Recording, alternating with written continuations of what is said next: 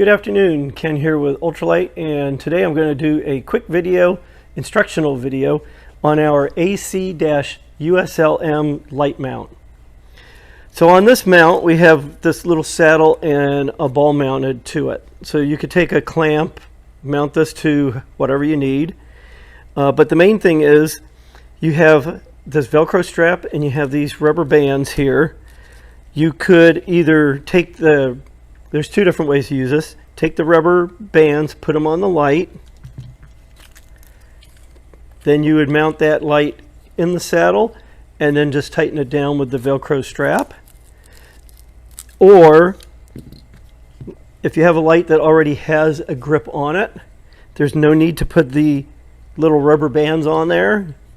You can just mount that down there, tighten it down, and you're all set. If you have a question on this or anything else that we have, please feel free to give me a call. Other than that, happy lighting and have a great day.